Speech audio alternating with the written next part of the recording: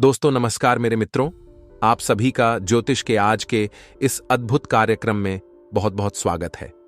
हृदय से अभिनंदन है। दोस्तों आज के इस वीडियो में हम आपको कुछ ऐसी बात बताने जा रहे हैं जिसे यदि आपने समझ लिया। पहली बात तो यह है कि यह बातें आपके लिए पहली बार होंगी जिन्हें आप सुनेंगे, और इन बातों को सुनकर निश्चित तौर पर आप आश्चर्यचकित रह जाएंगे और आपको एक नई दिशा प्राप्त होगी। दूसरी बात यह है कि इन बातों को यदि आपने समझ लिया तो आपके जीवन में जो परेशानियां हैं, जो तकलीफ है, इन सब परेशानियों का समाधान आप स्वयं ही निकाल पाएंगे और आप समझ जाएंगे कि आखिर क्या कारण है जो आपके जीवन में इतनी परेशानियां हैं, इतनी कष्ट हैं। अब इस बीच हम आपको बता दें कि कुछ ऐसी बातें भी हम आपको बताएंगे क्योंकि केवल आपके व्यक्तित्व के बारे में है, खुद के बारे में है और बेहद ही गुप्त हैं, तो इन बातों के बारे में आप किसी से चर्चा ना करें।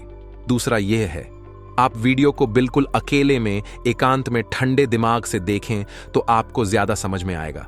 यदि आपने किसी काम को करते करते इस वीडियो को देखा तो आपको कुछ भी अच्छी तरह से समझ में नहीं आएगा और आप सही ज्ञान नहीं ले पाएंगे, तो फिर आपका जीवन कैसे बदलेगा। दोस्तों मेरा दोस्त, तो बस आपको ठंडे दिमाग के साथ इस वीडियो को पूरा देखना है और हर बात जो इसमें हम बता रहे हैं उसे समझने का प्रयास करना है। हम आकर आपको बता नहीं जा रही है कि भगवान की पूजा पाठ करते हैं, सच्चे मन से उन्हें याद करते हैं, अपनी तकलीफ है उन्हें बताते हैं, लेकिन भगवान आपके बारे में क्या सोच, और जब भगवान आपके बारे में सोचती हैं तो आपको कैसे पता चलेगा कि भगवान आपके बारे में क्या सोच रही हैं और अब आपको इसके अनुसार अपने जीवन में क्या बदलाव लेकर आने हैं। आखिर भगवान की भाषा क्या होती है, आप कैसे भगवान से बात कर सकते हैं। बड़ा ही गहरा विषय है जो आज के इस वीडियो में हम आपको बताने जा रहे हैं। यदि आपने आज की इस वीडियो को नहीं देखा तो यकीन मानिए आप एक बेहद ही महत्वपूर्ण जानकारी से वंचित रह जाएंगे। जी हां दोस्तों, आपके जीवन में जो आज की स्थिति बन रही है, इस स्थिति में भगवान आपके बारे में कुछ विशेष कर बैठे हैं। कुछ खास बड़ी घटनाएं आपके जीवन में घटित होने वाली हैं, लेकिन यदि आपने भगवान के द्वारा दिए जाने वाले संकेतों को नहीं समझाता, भगवान की भाषा को नहीं समझा, तो आप निश्चित तौर पर वही गलतियां करते रहेंगे जो आप लगातार करते चले आ रहे हैं। फिर निश्चित तौर पर आप ना तो अपने जीवन में कामयाबी हासिल कर पाएंगे और ना ही भगवान की कृपा आपको प्राप्त हो पाएगी। तो बस ठंडे दिमाग से आपको वीडियो पूरा देखना है और हर एक बात जो हम बता रहे हैं उसे समझने का प्रयास करना है। तो चलिए दोस्तों, बिना समय गवाएं आज के इस वीडियो को प्रारंभ करते हैं और बताते हैं कि क्या फैसला है जो भगवान ने आपके लिए लिया है और आपको इस फैसले के अनुसार अपने जीवन में कौन सी जरूरी बदलाव लेकर आने चाहिए। यहां पर यह रही थी कि आपके अंदर यदि घर की हिम्मत है, यानी कि समय देने का साहस है। अभी आप इस वीडियो को देखें, जल्दबाजी में बिल्कुल भी ना देखें। तो चलिए आज के इस वीडियो को प्रारंभ करते हैं, लेकिन इससे पहले आपसे एक निवेदन है कि कमेंट में पूरे भक्ति भाव के साथ, सच्ची श्रद्धा के साथ जय मां भद्रकाली कृपा करूंगा 3 बार अवश्य लिखना दोस्तों। एक बार से काम नहीं बनता है। हमारे धर्मशास्त्रों में 3 का विशेष महत्व होता है दोस्तों, जैसे कि इस सृष्टि के निर्माण में त्रिदेव का महत्वपूर्ण योगदान रहता है। समय केवी 3 काल होते हैं जिनके भी 3 पहर होते हैं, और भगवान भोलेनाथ के हाथ में त्रिशूल है, उसके भी 3 सुर होते हैं। 3 का बहुत अधिक महत्व है दोस्तों, धार्मिक महत्व। इसी वजह से हम हर वीडियो में आपसे कहते हैं कि आपको 1 बार नहीं 3 बार लिखना है। जय मां भद्रकाली कृपा करो। आप सच्चे भाव से यदि इस क्रिया को करते हैं तो यही आपकी पूजा बन जाएगी, आराधना बन जाएगी, और मां भद्रकाली आपके हर एक कष्ट को हर लेंगे और आपके जीवन में कृपा और आशीर्वाद भेज देंगी। तो सबसे पहले आप इस कार्य को करें। उसके बाद एक और छोटा सा निवेदन है आपसे, यदि आप चैनल पर पहली बार आए हैं, चैनल को सब्सक्राइब करके बगल में जो घंटी का निशान उसे अवश्य दबा दे दोस्त। इससे हमारा बहुत अधिक मनोबल बढ़ेगा और हम दुगनी मेहनत से आपके लिए ऐसे ही सूचना और ज्ञानवर्धक वीडियो लेकर आते रहेंगे। जी हां दोस्तों, तो चलिए सब्सक्राइब कर दीजिए, फिर आगे बढ़ते हैं। जी हां दोस्तों, तो चलिए शुरू करते हैं। दोस्तों एक बात क्यों हम आपको बता दें, और ये थोड़ी सी कड़वी बात हो सकती है, शायद सुनकर आपको अच्छा ना लगे, झटका लगेगा। सबसे पहले हम आपको बता दें कि आपकी राशि के जातकों के जीवन में जो परेशानियां होती हैं, जो भी कष्ट होते हैं, उन परेशानियां, कष्ट के लिए सबसे अधिक जिम्मेदार आप स्वयं ही हो। आपको लगता है ऐसा है कि कोई बाहर का इन उतार चढ़ाव चल रहे हैं।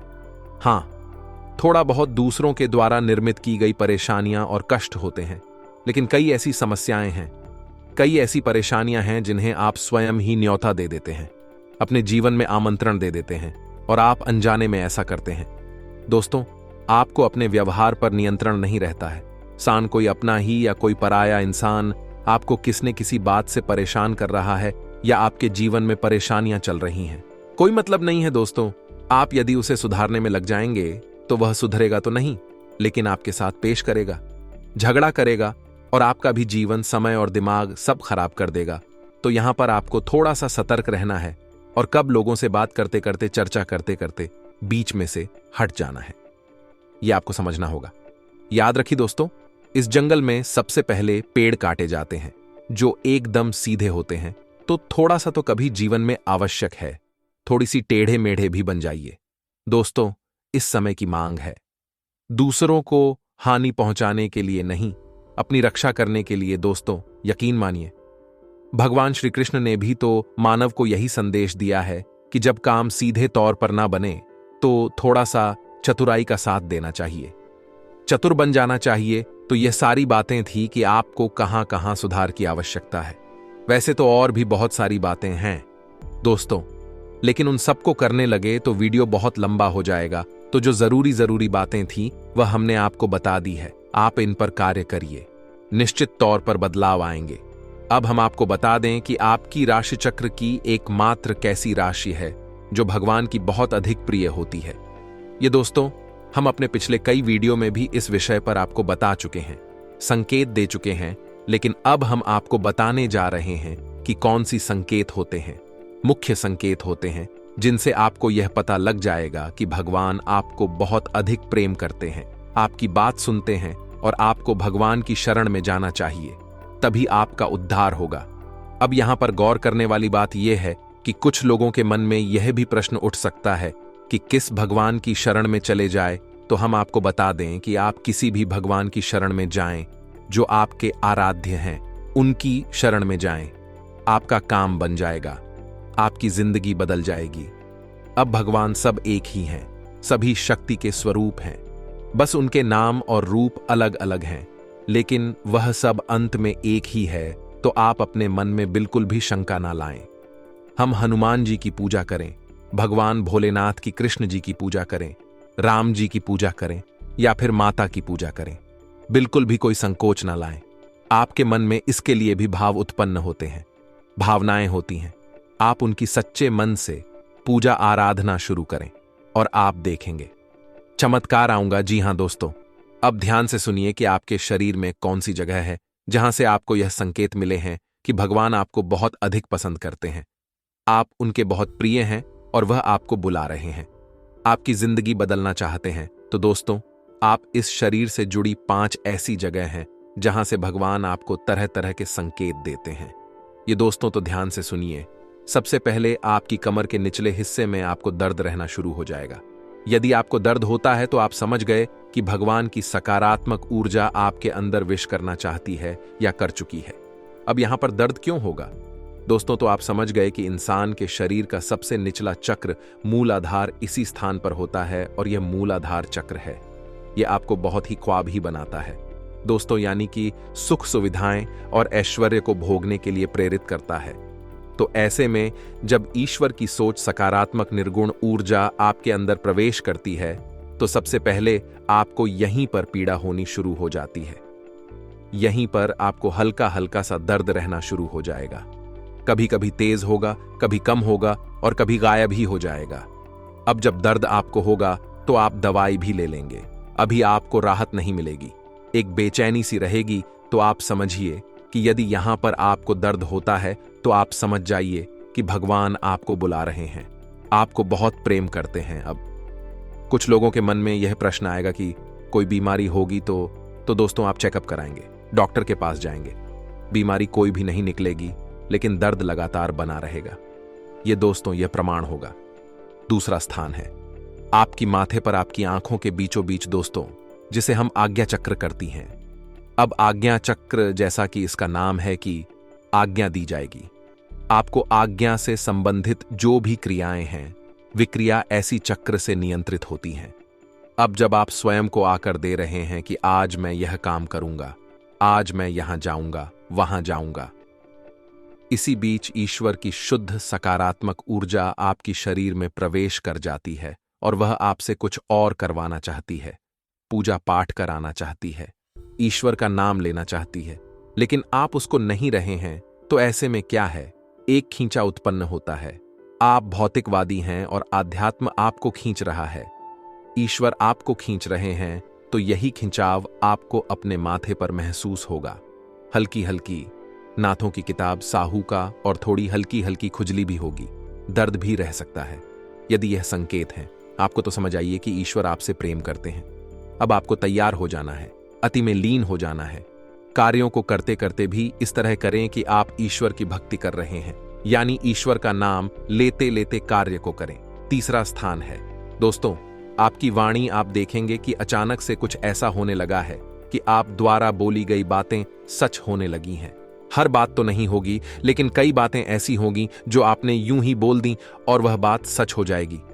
यदि ऐसा हो रहा है तभी आप सतर्क हो जाइए। चौथा स्थान है आपके विचार। अब आपने किसी के बारे में कुछ बोला नहीं, बस मन में सोच ही लिया क्या, और वह घटना भी यदि घट जाएगा। ऐसा भी हर बार नहीं होगा, अक्सर कई बार होगा, लेकिन स्पष्ट तौर पर नहीं होगा। आपके मन में बस जरा सा विचार आएगा और वह विचार सत्य हो जाएगा। जिन दोस्तों, यह भी एक बहुत बड़ा संकेत है और आखिरी संकेत है। आप इस सपने, आपके मन में जो भी विचार चल रहे हैं, आपके मन में कोई उलझन है, तो उन विचारों का, उन उलझनों से संबंधित कोई समाधान आपको सपनों के माध्यम से मिल जाएगा। 2, तो जैसे आप कुछ ऐसी परेशानी में उलझे हुए हैं कि आपको कुछ समझ में नहीं आ रहा है, आप ईश्वर का नाम लेकर सोएंगे कि प्रभु हमें इस परेशानी से बाहर निकालिए, और सपने के माध्यम से आप कुछ ना कुछ ऐसा संकेत मिलेगा जिससे आपको समाधान मिल जाएगा, या फिर अपने के माध्यम से कई ऐसी भविष्य की घटनाएं आपको आभास करा देंगे जो होने वाली हैं, और आपको पहले ही उनका पूरा पास होने लगेगा। ईश्वर से जुड़े हुए संकेत भी आपसे मिल सकते हैं। आप जिनको पूजा पाठ करते हैं, जो आपके आ रहे हैं, उनसे जुड़े हुए भी कुछ संकेत आपको मिल सकती हैं। यदि ऐसा कुछ हो रहा है तो आप समझ जाइए कि यह बहुत अच्छा समय है जब आप ईश्वर से जुड़ेंगे। बस कुछ समझ में भी आ जाते हैं तो आप समझ जाइए कि अब समय आ चुका है। प्रवीण होना है, धार्मिक होना है, पूरी तरह से नकारात्मक चीजों को त्याग दीजिए। इसी प्रकार का व्यसन आपके जीवन में है, जो अवसरवादी कोई आपको आदत लगी हुई है, उसे त्याग दीजिए। दोस्तों, अब समय आ गया है जब आपको बड़ा कदम उठाना है, ईश्वर से जुड़ना है, जो ईश्वर खुद आपको बुला रहे हैं। यदि आज आपने यह कदम नहीं उठाया तो फिर कभी मौका नहीं मिलेगा, कभी आपकी सद्गति नहीं होगी। तो अब आपको करना क्या है? कुछ लोग ऐसे में यह प्रश्न भी करेंगे या नहीं, उनके मन में यह सवाल भी उठेगा कि हम तो कामकाज में उलझे रहते हैं, दिन भर तो ईश्वर की आराधना कब करें, ईश्वर की कब पूजा पाठ करें, मंदिर में कब जाए। तो दोस्त, हम आपको बता दें कि पूजा पाठ करने के लिए यदि आपके पास समय है तो आप कहिए, जितना समय है उतना करिए। मंदिर जाने का समय है तो जाइए, सर्वोत्तम है। इधर उधर बैठकर समय खराब करने से बेहतर है कि भगवान की शरण में चाहिए। मंदिर जाइए और वहां पर भगवान की शरण में बैठी है, आपका मन बहुत सुंदर हो जाएगा। दूसरा, यदि आपके पास समय नहीं है कि आप नहीं जा पा रहे हैं, मंदिर पूजा पाठ भी नहीं कर पा रहे हैं, तो कोई बात नहीं है दोस्तों, कर्म ही पूजा है। हमारे शास्त्रों में लिखा हुआ है, तो आप कर्म को ही पूजा समझकर करिए। ये दोस्तों आपकी जो भी आ जाते हैं, मानकर चलिए कि हनुमान जी आपके आराध्य हैं, तो आप जो भी कार्य करती हैं उस कार्य को हनुमान जी की पूजा मानकर करिए। दोस्तों, आप अपने मन में विचार करें कि आप ऑफिस जा रहे हैं, तो घर से बाहर निकलने से पहले हनुमान जी को याद करते हुए हनुमान जी से कहना है कि प्रभु, आज का कार्य हम आपकी पूजा के तौर पर करेंगे और आपको समर्पित करेंगे। दोस्तों, और बिल्कुल उतनी ही सुंदरता के साथ करेंगे जैसे कि मंदिर में हम आपकी पूजा करते हैं। कोई भी कार्य आप करिए, अपने दिन भर के सारे कार्य करिए, ईश्वर को समर्पित कर ही उसकी पूजा मानकर करिए। इसीलिए तो कहा गया है, कर्म ही पूजा है तो आप कर्म करिए। जब साधारण कार्य को यानी दैनिक क्रियाओं को भी ईश्वर को समर्पित करने के बाद किया जाता है तो वह कर्म बन जाते हैं और क्रिया में और करनी में फर्क किया है। दोस्तों की क्रिया केवल जीवन को चलाने के काम आती है। कर्म हमारी आत्मा को भी उच्च स्तर पर ले जाते हैं, हमें मुक्ति के द्वार तक ले जाते हैं, ईश्वर के और नजदीक ले जाते हैं। दोस्तों, यदि आप दैनिक क्रियाओं को भी ईश्वर को साक्षी मानकर करने लगेंगे तो भी दैनिक क्रिया साधारण क्रिया ही नहीं होगी, विक्रम बन जाएंगे जो आग की आत्मा को उच्च स्तर तक ले जाएंगे। ईश्वर से जुड़ जाओगे आप। अब इसमें भी यदि आपको एक कदम और आगे जाना है तो फिर आपके कार्यों का जो नतीजा निकल रहा है उस नतीजों को आप ईश्वर का प्रसाद मानकर ग्रहण कर लीजिए। आपको बिल्कुल भी दुखी होने की जरूरत नहीं है। आपने इस सच्चे मन से बहुत मेहनत से कोई कार्य किया, भगवान को साक्षी मानकर किया कि प्रभु आपकी पूजा कर रहे हैं और आपको उसका अच्छा नतीजा नहीं मिला, मन के अनुसार आपको सफलता नहीं मिली, आपने जैसा सोचा था वैसा नहीं हुआ, तो आप उसी ग्रहण करिए ईश्वर का प्रसाद मांगकर। दोस्तों, आप कहिए कि हनुमान जी, हमने आपकी पूजा की है, अब आपको जो देना है वह आप दे दीजिए। आपको अच्छा देना है तो ठीक है, बुरा देना है तो ठीक है, हम प्रसाद समझकर उसे ग्रहण कर लेंगे। तो जब आप कार्य के परिणाम को प्रसाद समझकर ग्रहण कर लेंगे और कार्य को कर्म समझकर करेंगे तो दोस्तों, हम आपसे कहते हैं कि आपका हर एक कर्म सिद्ध हो जाएगा। आप स्वयं भी एक सिद्ध पुरुष बन जाएंगे और आप मिट्टी को भी हाथ लगा देंगे तो वह सोना बन जाएगी। जिस इंसान के साथ स्वयं भगवान चल रहे हो उसका क्या कोई बाल भी बांका कर सकता है? क्या उसे कामयाबी हासिल करने से कोई रोक सकता है? पांडवों के साथ भगवान श्री कृष्ण थी और वह कितनी विशालतम सेना भी पांडवों का बाल भी बांका नहीं कर पाई। सभी कौरवों ने मिलकर हर प्रकार का षड्यंत्र किया लेकिन कुछ नहीं बिगाड़ नहीं पाए क्योंकि उनके साथ भगवान श्री कृष्ण थे। दोस्तों, तो आपके साथ ही भगवान रहेंगे। बस हमने आपको जैसा कहा है वैसा आप करिए और आप चमत्कार देखिए। कुछ ही दिनों में आप हमें कमेंट करके बताना कि आपके जीवन में कैसे कैसे बदलाव आए। एक बात और जाते जाते हम आपसे कहना चाहेंगे दोस्तों कि भगवान आपके अंदर क्या देखना चाहते हैं। आपने क्या कपड़े पहने हैं, आप कैसे इंसान हैं, आपकी जेब में कितना रुपया पैसा है, इससे भगवान को कोई मतलब नहीं है। भगवान त्रिकालदर्शी हैं, अंतर्यामी हैं। वह आपके अंदर झांक सकते हैं और आपके मन में क्या भावनाएं चल रही हैं, बस उन्हीं से भगवान का मतलब है कि आपके भाव से, आपकी भावना से भगवान का मतलब है। तो जैसे ही आपके भाव बदलेंगे, भावनाएं बदलेंगे, आपका भगवान से जुड़ाव और मजबूत हो जाएगा। तो उम्मीद है कि हमने जो जानकारी आपको दी है, आपको यह जानकारी अच्छी लगी है, पूरी तरह से समझ में आ चुकी है और इस जानकारी का कैसे प्रयोग करना है, अपने जीवन को कैसे बदल रहा है, यही भी आप अच्छी तरह से समझ चुके हैं। फिर भी यदि कोई प्रश्न आपके मन में उठता है तो आप कमेंट करके पूछिए, हम आपके प्रश्नों के जवाब देने की पूरी कोशिश करेंगे। इसी के साथ साथ आज की इस वीडियो में विराम देते हैं। कमेंट में पूरे भक्ति भाव के साथ जय मां भद्रकाली याद रखें, भाव का ही मूल्य है माता जी आपके पास, तो बच्चे भाव के साथ रखें। जय मां भद्रकाली कृपा करो। एक प्यारा सा लाइक भी अवश्य करें। मिलते हैं अगले ज्ञानवर्धक वीडियो में, तब तक के लिए धन्यवाद। जय माता की।